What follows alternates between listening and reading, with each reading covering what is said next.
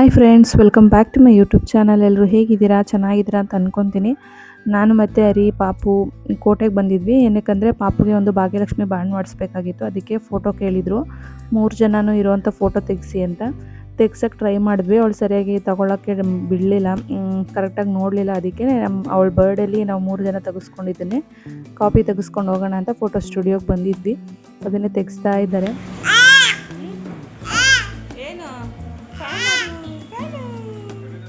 Photo ತೆಗೆಸ್ಕೊಂಡು ಹಂಗೆ ಸ್ವಲ್ಪ ಕೆಲಸ ಇತ್ತು, ಮುಗಿಸ್ಕೊಂಡು ಮನೆಗೆ ಬಂದ್ವಿ. ಪಾಪನ ಸ್ವಲ್ಪ ಹೊತ್ತು ಆಟ ಆಡ್ಸೋಣ ಅಂತ ಟೆರೆಸ್ ಮೇಲೆ ಕರ್ಕೊಂಡು ಬಂದಿದ್ದೆ. ಇದನ್ನು ಬಂಡಿನವಳು ಓಡಿಸ್ತಾ ಇರ್ತಾಳೆ. ಸ್ವಲ್ಪ ಫಾಸ್ಟಾಗಿ ಹೋಗುತ್ತೆ, ಜೋರಾಗಿ ತಳ್ಕೊಂಡು ಹೊಂಟೋಗ್ತಾಳೆ. ಅದಕ್ಕೆ ಸ್ವಲ್ಪ ಭಾರ ಇರಲಿ ಅಂತ ಅಲ್ಲಿಗೆ ಕಲ್ಲಿಟ್ಟಿದ್ದೀನಿ. ಕಲ್ಲು ಮತ್ತು ಏನೋ ಒಂದು ಮರದ ತುಂಡೇನೋ ಇಟ್ಟಿದ್ದೀನಿ. ಆವಾಗ ಸ್ವಲ್ಪ ತೂಕ ವೆಯ್ಟ್ ಬೀಳುತ್ತಲ್ಲ, ಆವಾಗ ನಿಧಾನಕ್ಕೆ ತಳ್ಕೊಂಡು ಹೋಗ್ತಾಳೆ. ಇಲ್ಲಾಂದರೆ ಫುಲ್ ಫಾಸ್ಟಾಗಿ ಹೊಂಟೋಗಿ ಬಿದ್ದುಬಿಡ್ತಾಳೆ. ಅದಕ್ಕೆ ಆ ರೀತಿ ಇಟ್ಟಿದ್ದೀನಿ. ಇವಾಗ ಅದನ್ನೇ ಓಡಿಸ್ತಾ ಇದ್ದಾಳೆ. ಇದನ್ನು ಓಡ್ಸೋಕ್ಕೆ ಸ್ಟಾರ್ಟ್ ಮಾಡಿದ್ಮೇಲೆ ಸ್ವಲ್ಪ ಅವಳು ಚೆನ್ನಾಗಿ ನಡೆಯೋದನ್ನು ಕಲ್ತ್ಕೊಂಡಿರೋದು. ಮಕ್ಕಳಿಗೆ ಈ ಥರದ್ದು ಮರದ್ದೆಲ್ಲ ಆವಾಗ ಬರ್ತಿತ್ತು, ಇವಾಗ ಮರದ್ದೆಲ್ಲ ಸಿಗೋಲ್ಲ ಅನಿಸುತ್ತೆ. ಅದಕ್ಕೆ ಈ ರೀತಿ ಪ್ಲಾಸ್ಟಿಕ್ದೊಂದು ಆರ್ಡ್ರ್ ಮಾಡಿದೆ. ಇವಾಗ ಅದನ್ನೇ ಚೆನ್ನಾಗಿ ಓಡಿಸೋದು ಕಲ್ತ್ಕೊಂಡಿದ್ದಾಳೆ. ಮೊದಲು ನಾವು ಹಿಡ್ಕೊಬೇಕಿತ್ತು, ಇವಾಗ ಅವಳೇ ಚೆನ್ನಾಗಿ ಓಡಿಸ್ತಾ ಇದ್ದಾಳೆ.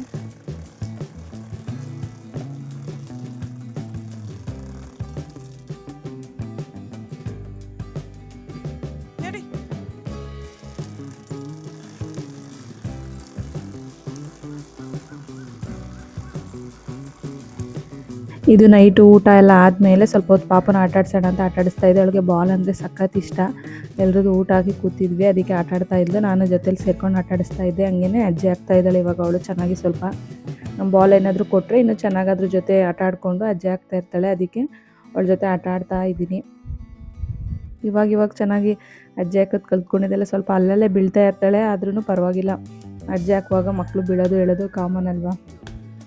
ಒಂಥರ ಚೆಂದ ನೋಡೋದಕ್ಕೆ. ಅವಳು ಅಜ್ಜಿ ಆಗ್ತಿರೋದನ್ನ ಎಷ್ಟು ಬೇಗ ನಡೀತಾಳೋ ಅಂತ ಅನ್ನಿಸ್ತೈತೆ. ಮೊದಲು ಯಾವಾಗ ಅಂಬೆಗಾಲು ಹಾಕ್ತಾಳೆ, ಯಾವಾಗ ತೆಗ್ಕೊಂಡು ಓಡಾಡ್ತಾಳೆ ಅನಿಸ್ತಾಯಿತ್ತು. ಇವಾಗ ಯಾವಾಗ ಓಡಾಡ್ತಾಳೋ, ಅಜ್ಜಿ ಹಾಕ್ಕೊಂಡು ಓಡಾಡ್ತಾಳೋ ಅನಿಸ್ತೈತೆ. ಇವಾಗ ನೆಕ್ಸ್ಟು ಅಂಬೆಗಾಲು ಇಡುವಾಗಲೇ ಇಷ್ಟೊಂದು ಕಾಟ್ಲೆ ಕೊಟ್ಟಿದ್ದಾಳೆ. ಇವಾಗ ಅಜ್ಜಿ ಹಾಕಕ್ಕೆ ಸ್ಟಾರ್ಟ್ ಮಾಡಿದ್ಮೇಲೆ ಎಷ್ಟು ಟಾರ್ಚರ್ ಕೊಡ್ತಾಳೋ ಗೊತ್ತಿಲ್ಲ. ಸಖತ್ ತುಂಟಿ ಮಾತ್ರ ಇವಳು. ಒಂದು ಕಡೆ ಅಂತೂ ನಿಲ್ಲೋದೇ ಇಲ್ಲ. ಸಖತ್ ಅಂದರೆ ಸಖತ್ ತುಂಟಿ. ಏನಾದರೂ ಆಟ ಆಡಿಸ್ತಾ ಇರಬೇಕು, ಇಲ್ಲಾಂದರೆ ಏನಾದರೂ ತಿನ್ನೋಕ್ಕೆ ಕೊಡ್ತಾ ಇರಬೇಕು. ಆ ಥರ ಸಖತ್ ಕಾಟ್ಲೆ. ಒಂದು ಕಡೆ ಅಂತೂ ಇರೋದಿಲ್ಲ. ನಮ್ಮ ಅತ್ತೆ ಮಾವ ಟಿ ವಿ ನೋಡ್ತಾಯಿದ್ರು. ನಾನು ಕ್ಯಾಮ್ರಾನ ಅಲ್ಲೇ ಇಟ್ಟಿದ್ದೆ, ಫೋನ್ನ. ಅದಕ್ಕೆ ಫೋನ್ನೇ ನೋಡ್ತಾ ಇರೋ ಥರ ಕಾಣಿಸ್ತಾಯಿದ್ದೆ. ಬಟ್ ಅವ್ರು ಟಿ ವಿ ನೋಡ್ತಾಯಿದ್ರು. ನಾನು ಪಾಪನ ಆಟ ಆಡಿಸ್ತಾಯಿದ್ರೆ. ಹರಿದು ಇನ್ನೂ ಊಟ ಆಗಿರಲಿಲ್ಲ. ಅವ್ರು ಊಟ ಮಾಡ್ತಾಯಿದ್ರು ರೂಮಲ್ಲಿ ಕೂತ್ಕೊಂಡು. ಹಾಗೆ ಪಾಪನ ಆಟ ಆಡಿಸ್ತಾ ಇದ್ದೆ ನಾನು.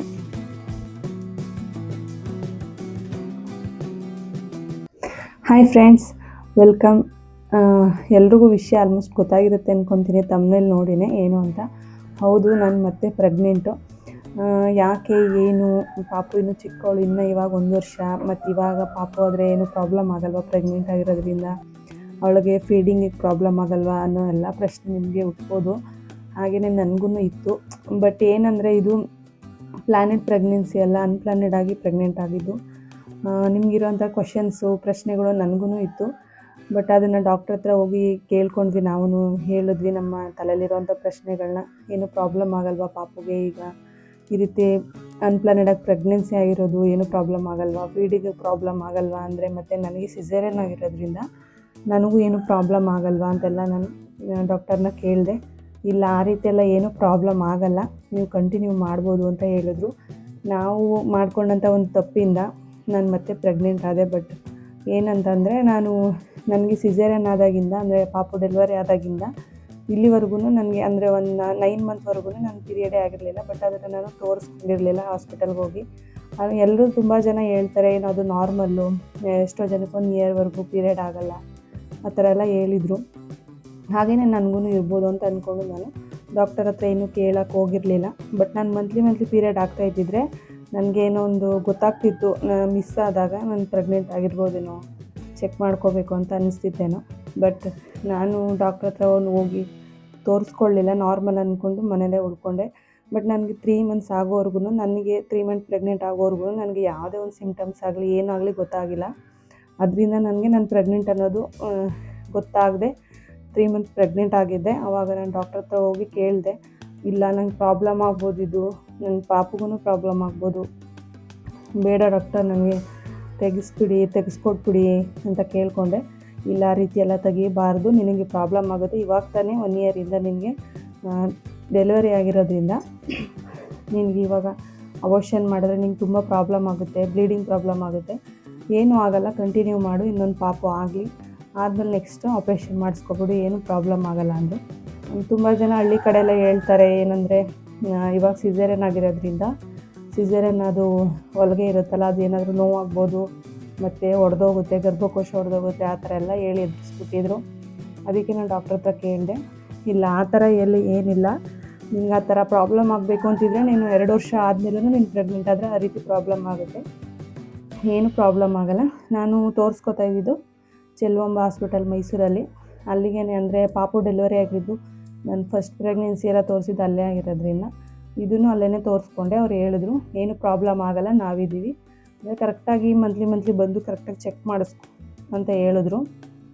ಎಲ್ಲ ರೀತಿಯೂ ಎಲ್ಲ ಕ್ವಶನ್ಸ್ಗಳನ್ನೂ ಕೇಳಿ ಅವರು ಕ್ಲಿಯರ್ ಮಾಡಿದ್ಮೇಲೆ ನಾವು ಓಕೆ ಕಂಟಿನ್ಯೂ ಮಾಡೋಣ ಅಂತ ಈ ಒಂದು ಪ್ರೆಗ್ನೆನ್ಸಿನ ಕಂಟಿನ್ಯೂ ಮಾಡ್ತಾಯಿದ್ದೀನಿ.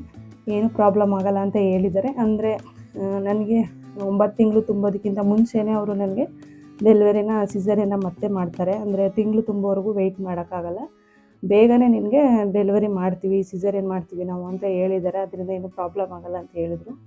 ಇಷ್ಟೆಲ್ಲ ಆದಮೇಲೆ ಅಂದರೆ ನನಗೆ ಈ ಒಂದು ಪ್ರೆಗ್ನೆಂಟ್ ಆಗಿರೋದ್ರಿಂದ ಏನು ಪ್ರಾಬ್ಲಮ್ ಆಗೋಲ್ಲ, ನನಗೆ ಆಗಲಿ ನನ್ನ ಪಾಪುಗೆ ಆಗಲಿ, ಅಂದರೆ ಚಿದನ್ವಿಗೆ ಆಗಲಿ ಏನು ಪ್ರಾಬ್ಲಮ್ ಆಗೋಲ್ಲ ಅಂತ ಗೊತ್ತಾದ ಮೇಲೆ ಕಂಟಿನ್ಯೂ ಮಾಡ್ತಾಯಿದ್ದೀವಿ. ಮತ್ತು ಈ ಥರ ನನಗೂ ಏನು ಪ್ರಾಬ್ಲಮ್ ಆಗೋಲ್ಲ ಅಂತ ಅಂದಮೇಲೆ ಮನೆಯವರೆಲ್ಲರೂ ಹಂಗಿದ್ರೆ ಪರವಾಗಿಲ್ಲ, ಏನಿಲ್ಲ, ನಿಂಗೇನು ಪ್ರಾಬ್ಲಮ್ ಆಗೋಲ್ಲ, ನಿನ್ನ ಸ್ಟಿಚಸ್ಗೇನು ಪ್ರಾಬ್ಲಮ್ ಆಗೋಲ್ಲ, ನಾರ್ಮಲಾಗಿರುತ್ತೆ ಅನ್ನೋದಾದರೆ ಪರವಾಗಿಲ್ಲ, ಇರಲಿ ಬಿಡು, ಹೆಂಗೋ ದೇವ್ರ ಮೇಲೆ ಭಾರ ಹಾಕು ಅಂತಂದರು. ಅದಕ್ಕೋಸ್ಕರ ಈ ಒಂದು ಪ್ರೆಗ್ನೆನ್ಸಿನ ಕಂಟಿನ್ಯೂ ಮಾಡ್ತಾಯಿದ್ದೀನಿ. ನಾನು ಮತ್ತೆ ಪ್ರೆಗ್ನೆಂಟು ಇವಾಗ ಸದ್ಯಕ್ಕೆ ನನಗೆ 4 ತಿಂಗಳು ನಡೀತಾಯಿದೆ. ಈ ಒಂದು ವಿಡಿಯೋನ ಮಾಡುವಾಗ ನನಗೆ 4 ತಿಂಗಳು ಪ್ರೆಗ್ನೆಂಟು. ಇದನ್ನು ನಾನು ನಿಮ್ಮ ಜೊತೆ ಶೇರ್ ಮಾಡ್ಕೋಬೇಕು ಅಂತ ಅನ್ನಿಸ್ತು, ಅದಕ್ಕೆ ಶೇರ್ ಮಾಡ್ಕೊತಾ ಇದ್ದೀನಿ. ಇವಾಗ ಈ ಒಂದು ಪ್ರೆಗ್ನೆನ್ಸಿ ಜರ್ನಿಯಲ್ಲಿ ನೀವು ನನಗೆ ಸಪೋರ್ಟ್ ಮಾಡ್ತೀರ ಅಂತ ಅಂದ್ಕೊಂಡಿದ್ದೀನಿ. ಇವಾಗ ನನ್ನ ಒಂದು NT ಸ್ಕ್ಯಾನ್ ರಿಪೋರ್ಟ್ನ ನಾನು ನಿಮ್ಮ ಜೊತೆ ಶೇರ್ ಮಾಡ್ಕೋಬೇಕು ಅಂತ ಅಂದ್ಕೊಂಡಿದ್ದೀನಿ. ನಂತರ ಎಷ್ಟೋ ಜನಕ್ಕೆ ಇದು ಯೂಸ್ ಆಗ್ಬೋದು, ಅದಕ್ಕೋಸ್ಕರ ಹೇಳ್ತಾ ಇರೋದು. ಮತ್ತು ಇನ್ನೊಂದು ಏನಂದರೆ, ನಂತರ ಯಾರನ್ನೂ ಪ್ರಾಬ್ಲಮ್ ಮಾಡ್ಕೋಬೇಡಿ, ಈ ಥರ ತಪ್ಪು ಮಾಡೋಕ್ಕೆ ಹೋಗಬೇಡಿ. ಏನಕ್ಕಂದರೆ ಅಕಸ್ಮಾತ್ ಏನಾದರೂ ನೀವು ಡೆಲಿವರಿ ಆದಮೇಲೆ ನಿಮಗೆ ಮಂತ್ಲಿ ಪೀರಿಯಡ್ ಆಗ್ತಾಯಿಲ್ಲ ಅಂದರೆ ಪ್ಲೀಸ್ ದಯವಿಟ್ಟು ಹೋಗಿ ತೋರಿಸ್ಕೊಳ್ಳಿ. ಅದರಿಂದ ಈ ಥರ ಎಲ್ಲ ಪ್ರಾಬ್ಲಮ್ಗಳಾಗುತ್ತೆ. ಈ ರೀತಿ ಮಾಡ್ಕೋಬಾರ್ದು ಅನ್ನೋ ಒಂದು ಇದಿದ್ದರೆ ಹೋಗ್ಬಿಟ್ಟು ತೋರಿಸ್ಕೊಳ್ಳಿ, ಕೇರ್ಲೆಸ್ ಮಾಡಿಬಿಡಿ ಅಂತ ಕೇಳ್ಕೊತೀನಿ. ಬನ್ನಿ, ಇವಾಗ ನನ್ನ ಒಂದು NT ಸ್ಕ್ಯಾನ್ ರಿಪೋರ್ಟ್ನ ನಾನು ನಿಮ್ಮ ಜೊತೆ, ಅಂದರೆ ನಾನು ಚೆಲುವಾಂಬದಲ್ಲಿ ತೋರಿಸ್ತಾ ಇರೋದ್ರಿಂದ ಅಲ್ಲಿ ನನಗೆ ಸ್ಕ್ಯಾನಿಂಗಿಗೆ ಅಂತ ಕೊಟ್ಟಿದ್ರು. ಬಟ್ ಅದು ಡೇಟು ನನಗೆ ತುಂಬ ಲೇಟ್ ಆಯಿತು ಅವ್ರು ಸ್ಕ್ಯಾನಿಂಗ್ ಮಾಡೋದು. ಅದಕ್ಕೆ ನಾನು ಹೊರಗಡೆನೇ ಮಾಡಿಸಿದ್ದೆ, ನಮ್ಮ ಪಿರಿಯಾಪಟ್ಟಣದಲ್ಲಿ ಮಾಡಿಸಿದ್ದೆ. ಅದನ್ನು ನಾನು ನಿಮ್ಮ ಜೊತೆ ಶೇರ್ ಮಾಡ್ಕೊತಾ ಇದ್ದೀನಿ. ಅದಾದಮೇಲೆ ನಾನು ಅಲ್ಲೇ ಸ್ಕ್ಯಾನಿಂಗ್ ಮಾಡಿಸ್ಕೊಳ್ಳೋದು. ಇದೊಂದು ಲೇಟ್ ಆಗಬಾರ್ದು ಅಂದ್ಬಿಟ್ಟು NT ಸ್ಕ್ಯಾನ್ ಅರ್ಜೆಂಟ್ ಮಾಡಿಸ್ಕೊಂಡು ಬನ್ನಿ ಅಂತ ಹೇಳಿದ್ವಿ. ಏನಾದರೂ ಪ್ರಾಬ್ಲಮ್ ಇದೆಯಾ ಏನು ಅಂತ ಚೆಕ್ ಮಾಡೋಣ ಅಂತ ಹೇಳಿ. ಅದಕ್ಕೋಸ್ಕರ ನನಗೆ 3 ತಿಂಗಳು ತುಂಬಿತ್ತು ಆವಾಗ NT ಸ್ಕ್ಯಾನ್ ಮಾಡಿದವರು. ಅದಕ್ಕೋಸ್ಕರ ನಾನು ಹೊರಗಡೆನೇ NT ಸ್ಕ್ಯಾನ್ ಮಾಡಿಸಿದ್ದೀನಿ. ಇದು ಸಂಜೀವಿನಿ ಹೆಲ್ತ್ ಕೇರ್ ಅಂತ ಪಿರಿಯಾಪಟ್ಟಣದಲ್ಲಿ ಮಾಡಿಸಿದ್ದೆ ನಾನು ಇದನ್ನು.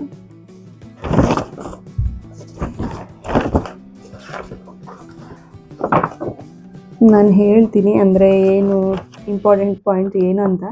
ಅಂದರೆ ಸಿಂಗಲ್ ಅಂತ ಇದೆ, ಅಂದರೆ ಸಿಂಗಲ್ ಪಾಪು ಒಂದೇ ಇರೋದು ಪಾಪು ಹೊಟ್ಟೆಲಿ ಅಂತ.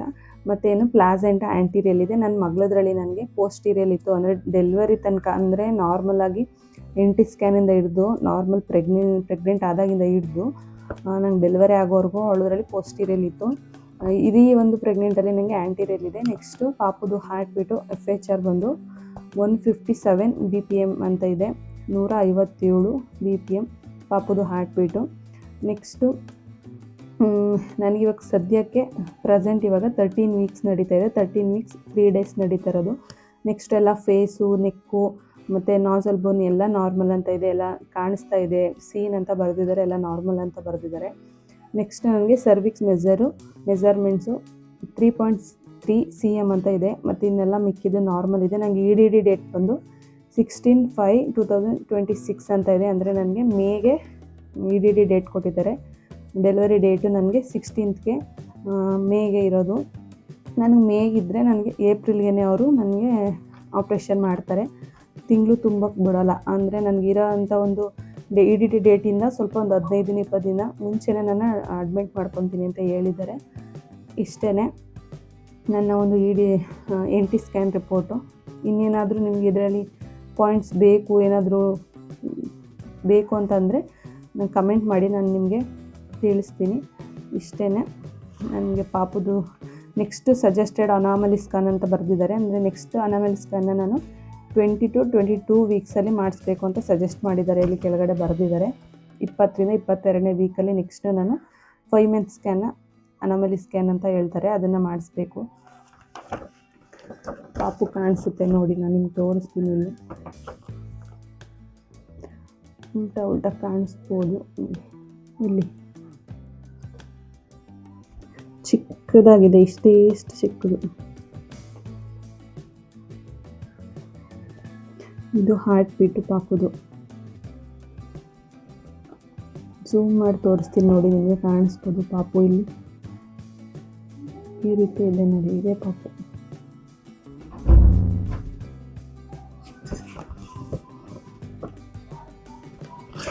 ಇಷ್ಟೇ MT ಸ್ಕ್ಯಾನ್ ರಿಪೋರ್ಟು. ನಿಮ್ಗೆ ಇನ್ನೇನಾದರೂ ಬೇಕು ಅಂದರೆ ಇದರಲ್ಲಿ ಹೇಳಿ, ನಾನು ನಿಮಗೆ ಕಮೆಂಟಲ್ಲಿ ತಿಳಿಸ್ತೀನಿ ಬೇಕು ಅಂದರೆ.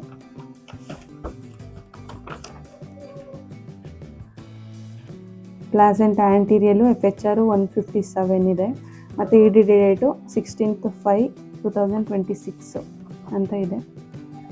ಇಷ್ಟೇ. ಈಗ ನೆಕ್ಸ್ಟ್ ನಾನು ಅನಾಮಲಿ ಸ್ಕ್ಯಾನ್ಗೆ 20 to 22 ವೀಕ್ಸ್ಗೆ ಹೋಗಬೇಕು. ಇಷ್ಟೇ ನನ್ನ ಒಂದು NT ಸ್ಕ್ಯಾನ್. ನಿಮಗೆ ಯೂಸ್ಫುಲ್ ಆಗಿದೆ ಅಂತ ಅಂದ್ಕೊತೀನಿ. ನನ್ನ ಒಂದು ಪ್ರೆಗ್ನೆನ್ಸಿನ ನಾನು ನಿಮ್ಮ ಜೊತೆ ಹೇಳ್ಕೊಬೇಕಿತ್ತು, ರಿವೀಲ್ ಮಾಡಬೇಕಿತ್ತು, ರಿವೀಲ್ ಮಾಡಿದ್ದೀನಿ. ಈ ಒಂದು ಪ್ರೆಗ್ನೆನ್ಸಿ ಜರ್ನಿಲಿ ನೀವು ಸಪೋರ್ಟ್ ಮಾಡ್ತೀರ ಅಂತ ಅಂದ್ಕೊಂಡಿದ್ದೀನಿ. ನಾನು ಮೊದಲನೇ ಪ್ರೆಗ್ನೆಂಟಲ್ಲಿ ಇಷ್ಟು ಡೀಟೈಲಾಗಿ ನಾನು ವೀಡಿಯೋಗಳು, ಈ ಪ್ರೆಗ್ನೆಂಟಲ್ಲಿ ನಾನು ಡೀಟೈಲಾಗಿ ನನ್ನ ಒಂದು ಪ್ರೆಗ್ನೆನ್ಸಿ ಜರ್ನಿ ವೀಡಿಯೋನ ನಾನು ನಿಮ್ಮ ಜೊತೆ ಶೇರ್ ಮಾಡ್ಕೊತೀನಿ. ಏನು ಎತ್ತ ಅಂತೆಲ್ಲನೂ ಸಪೋರ್ಟ್ ಮಾಡಿ ನೀವು ನನಗೆ ಅಂತ ಕೇಳ್ಕೊತೀನಿ. ಇಷ್ಟೇ. ಈ ಒಂದು ವಿಡಿಯೋ ನಿಮಗೆ ಇಷ್ಟ ಆಗಿದೆ ಅಂತ ಅಂದ್ಕೊತೀನಿ. ಇಷ್ಟ ಆಗಿದರೆ ಪ್ಲೀಸ್ ಲೈಕ್ ಮಾಡಿ, ಶೇರ್ ಮಾಡಿ ಮತ್ತು ಕಮೆಂಟ್ ಮಾಡಿ. ಯಾರಾದರೂ ಹೊಸ್ದಾಗಿ ನನ್ನ ಚಾನಲ್ನ ನೋಡ್ತಾ ಇದ್ದರೆ, ನನ್ನ ವೀಡಿಯೋಸ್ನ ನೋಡ್ತಾ ಇದ್ದರೆ, ನನ್ನ ಚಾನಲ್ನ ಸಬ್ಸ್ಕ್ರೈಬ್ ಮಾಡಿಕೊಂಡು ವೀಡಿಯೋಸ್ನ ನೋಡಿ ಅಂತ ಕೇಳ್ಕೊತೀನಿ. ಮತ್ತು ನಾನು ನಿಮಗೆ ಮುಂದಿನ ವೀಡಿಯೋದಲ್ಲಿ ಸಿಗ್ತೀನಿ. ಅಲ್ಲಿವರೆಗೂ take care, bye, thank you.